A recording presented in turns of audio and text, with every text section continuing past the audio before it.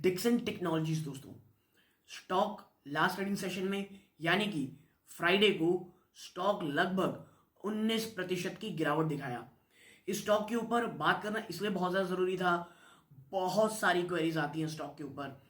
एक समय में जब स्टॉक कह लीजिए गिरावट दिखाया था, बहुत सारे निवेशक इस बात को लेकर के बहुत ज़्यादा उत्साहित थे कि भाई यही समय है स्टॉक में निवेश करने का, क्योंकि जैसे ही 4000 के लेवल टूटे, दो ऐसे बहुत ज़्यादा इंपॉर्टेंट सपोर्ट थे जिसके आसपास ये स्टॉक आप कह सकते हैं सपोर्ट लेने की कोशिश कर रहा था। और मैंने उस समय वीडियो बनाया था, आप देखेंगे जा करके, तो मैंने कहा था डिक्सन टेक्नोलॉजीज की प्रॉब्लम ये है कि जो इन्हें बिजनेस देती है उन्हीं तमाम कंपनियों में प्रॉब्लम है, उन्हीं तमाम कंपनियों में वॉल्यूम्स के इश्यूज हैं, वहां पर डिमांड के इश्यूज हैं। तो भाई जो आपको जो बिजनेस देता है वही कैसे अच्छे नंबर्स पेश करेगा।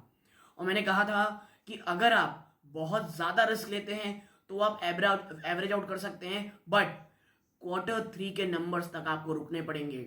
और Q3 के नंबर से ज्यादा इंपॉर्टेंट रहेगा जो मैनेजमेंट की कमेंट्री है वो। और दोनों ही फेजेस में कंपनी को बड़ा झटका लगा है, जिसका असर आपको इसके स्टॉक प्राइस में देखने को मिला कि स्टॉक 19% के आसपास की गिरावट दिखाया है।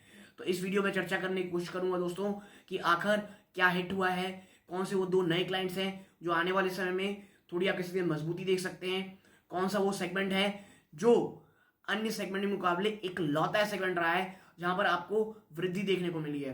तो इन तमाम चीजों में चर्चा करेंगे वीडियो में। अगर आप पहली बार आए हैं देखने के लिए, चैनल को सब्सक्राइब कर दें, वीडियो को लाइक कर दीजिएगा। अब ऐसा करते हैं चैनल की ग्रोथ होगी, बहुत मोटिवेशन मिलता है दोस्तों। और तमाम वीडियोस मिले इसके लिए ऑल नोटिफिकेशन को ऑन कर लीजिएगा। नमस्कार दोस्तों, मेरा नाम है हिमताम मिश्रा और आज बात करने वाला हूं मैं डिक्सन टेक्नोलॉजीज की। देखिए, सबसे पहली चीज, डिक्सन टेक्नोलॉजीज के जो तमाम आप कह सकते हैं सेगमेंट्स हैं जिसमें ये काम करते हैं, कंज्यूमर सेगमेंट हो गया, लाइटिंग सेगमेंट हो गया, आप कह सकते हैं मोबाइल और ईएमएस सेगमेंट हो गया, और last but not the least security segment हो गया। और सिक्योरिटी सेगमेंट में दोस्तों 50% मार्केट शेयर है डिक्सन टेक्नोलॉजीज का मैन्युफैक्चरिंग में।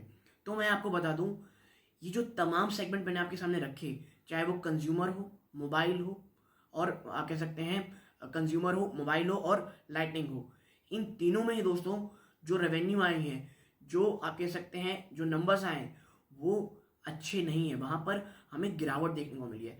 सिर्फ एक सेगमेंट फ्लैट टू पॉजिटिव रहा है, वो है सिक्योरिटी सेगमेंट दोस्तों। तो आपके सिक्योरिटी कैमरा सेगमेंट कह रहा हूं मैं, वहां पे दोस्तों थोड़ी सी फ्लैट टू पॉजिटिव नजर आई है। हाँ, वॉल्यूम्स भले ही कम होते दिखाई दिए हैं, लेकिन अच्छी चीज इस क्वार्टर रिजल्ट में देखेंगे आप, जो बहुत ज्यादा तो अच्छी नहीं है, बहुत कम ही चीजें ऐसी हैं जो पॉजिटिव है। तो उनमें से एक ये है, मार्जिन कंपनी ने अपने अच्छे किए हैं दोस्तों। जी हाँ दोस्तों, और अगर मैं आपके साथ बताऊं कि मार्जिन कितने अच्छे हुए हैं, तो कंपनी का जो एबिटा मार्जिन रहा है दोस्तों, वो आप कह सकते हैं कि 4.7% में आया है, जो कि पहले 3.4% था दोस्तों। तो यानी आप कह सकते हैं एक डिसेंट सा जंप है। रेवेन्यू में 22% की गिरावट हुई है ईयर ऑन ईयर दोस्तों, 22% की ईयर ऑन ईयर गिरावट हुई है। यानी कि आपके जहां एक तरफ रेवेन्यू में गिरावट हुई है, वॉल्यूम नहीं कहना चाहिए, आपके रेवेन्यू में जहां एक तरफ 22% की गिरावट हुई है, आपने अपने एबिटा मार्जिन बरकरार रखे हैं। और ये चीज जो तमाम ब्रोकरेज हाउस है उन्हें काफी पसंद आई है दोस्तों। और कई ब्रोकरेज हाउस का ये कहना है कि भाई जो भी निगेटिविटी होनी थी, जो भी तमाम प्रॉब्लम्स आनी थी, उसके स्टॉक प्राइस में प्राइस इन हो चुकी है। और देखिए, मैंने पहले भी कहा था, डिक्सन एक हाई वैल्यूएशन स्टॉक है दोस्तों, इसकी वैल्यूएशन बहुत बहुत ज्यादा हाई है। और जैसे ही नंबर्स आएंगे, क्योंकि कंपनी ने साफ कह दिया दोस्तों अपनी कमेंट्री में कि भाई हमारी जो रेवेन्यू है वो अब हम डाउनग्रेड करते हैं, और उसके पीछे का रीजन है मोबाइल रेवेन्यू जो है, मोबाइल सेगमेंट का जो रेवेन्यू है वो सबड्यूड होने वाला है।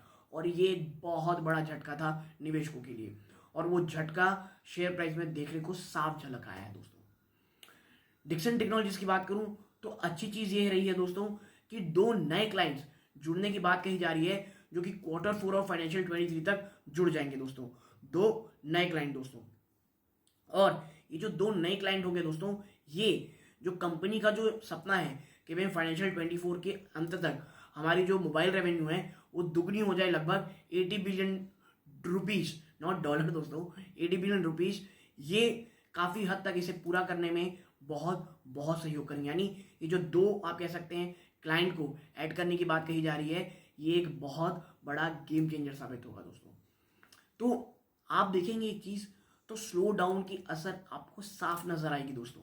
और ये चीज़ मैं बहुत बहुत पहले से कह रहा हूँ कि भाई हमको स्लो डाउन साफ दिख रहा है। और as a long term investor आपको क्या लगता है ये चीज़ नहीं होनी थी? ये आप कह सकते हैं मैं बहुत पहले से लगातार कह रहा हूँ कि डिक्सन से अभी दूर रहें कि चीज़ें ठीक नहीं दिखती। लेकिन हाँ, लॉन्ग टर्म में I am pretty much positive. कई जो कह लीजिए ब्रोकरेज हाउस हैं उनकी रिपोर्ट अगर आप देखेंगे तो टारगेट प्राइस उसमें क्या दिए गए हैं, कोई 3200 दे रहा है, कोई 3500 दे रहा है। यानी करंट प्राइस से एक आप कह सकते हैं 20% के आसपास की मोर और लेस आप कह सकते हैं बढ़ोतरी की बात कह रहे हैं। लेकिन सिर्फ 20% टारगेट दे रहा है, इस पर मत जाइए। बात समझिए कि प्रॉब्लम है, इश्यूज हैं। यहां से डाउन साइड मुझे कोई बहुत ज़्यादा तो नहीं दिखता, लेकिन हाँ जिस तरह से आज बाजार गिरा है वैसे ही गिरावट जारी रहती है तो फिर बात कुछ और हो सकती है और 2500 तक एक बार स्टॉक आपको जाता हुआ दिख सकता है। बट मुझे भी लगता है कि जो तमाम निगेटिविटी है, तमाम इश्यूज है, ऑलरेडी प्राइस्ड हो चुके हैं। यहाँ से डाउन साइड की ज़्यादा मुझे अपसाइड दिखता है। और रिस्क रिवॉर्ड रेशियो में अगर आप देखेंगे तो रिवॉर्ड की तरफ चीज़ें ज़्यादा हैं ना कि रिस्क की तरफ। लेकिन हाँ, अभी स्लो डाउन हमारे सामने रखा हुआ है दोस्तों। इन्फ्लेशन एक बहुत बड़ा फैक्टर निकल गया है। रिजल्ट में अच्छी चीज़ मुझे जो लगी एक और कि रॉ मटेरियल की प्राइस अब उतने एक्सपेंसिव नहीं रहे।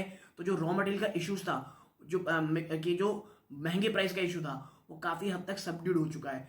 तो कहीं से भी कुछ भी अगर वॉल्यूम में एक बढ़ोतरी आती है तो आप देखेंगे रेवेन्यू में एक शानदार जंप आपको देखने को मिलेगा। मोबाइल सेगमेंट में लगातार जो कह लीजिए जो नरमी है उनके रेवेन्यूज में और वहाँ के डिमांड में, ये कंसर्न बना हुआ है डिक्सन के लिए भी दोस्तों। तो ये जो आपके साथ मैंने वीडियो बनानी थी वो इसलिए ज़रूरी था दोस्तों कि डिक्सन में बहुत सारे लोग फंसे हुए हैं दोस्तों। कई कई लोग 4-4 हज़ार रुपये में फंसे हैं, 4,500 में फंसे हुए हैं और कई एवरेज आउट करने के चक्कर में बहुत बहुत हड़बड़ाहट दिखा दी है दोस्तों। लेकिन हाँ, मैं ये कहूँगा ये जो 18% की गिरावट थी इसको मैंने भी एंटिसिपेट नहीं किया था। मुझे ये लगता है बाजार की जो गिरावट है उसके साथ कंपनी कह लीजिए कंपनी की जो कमेंट्री मिली जो कि नेगेटिव थी स्लो डाउन के बारे में, कह लीजिए रेवेन्यू डाउनग्रेड के बारे में, ये बिल्कुल भी अच्छी नहीं लगी बाजार को और एक भयंकर गिरावट का सामना निवेशकों को करना पड़ा। डिस्क्लोजर के रूप में मेरी या मेरी फैमिली मेम्बर की स्टॉक में कोई भी इन्वेस्टमेंट नहीं है दोस्तों। और ये वीडियो प्योरली की एजुकेशनल पर्पज़ के लिए था, कोई भी बाइंग और सेलिंग की आपको सलाह नहीं थी। जो मुझे पर्सनली लगता है वो मैंने आपके साथ बार बार चीज़ें शेयर की हैं और आज भी वही चीज़ें दोहरा रहा हूँ दोस्तों। तो यदि आपको ये वीडियोस ऐसी ही वीडियोस पसंद आती हों, वीडियो को लाइक करके चैनल सब्सक्राइब कीजिएगा। ये इस वीडियो का अंत है, यहाँ तक जुड़े रहे, बहुत बहुत धन्यवाद। जय हिंद दोस्तों।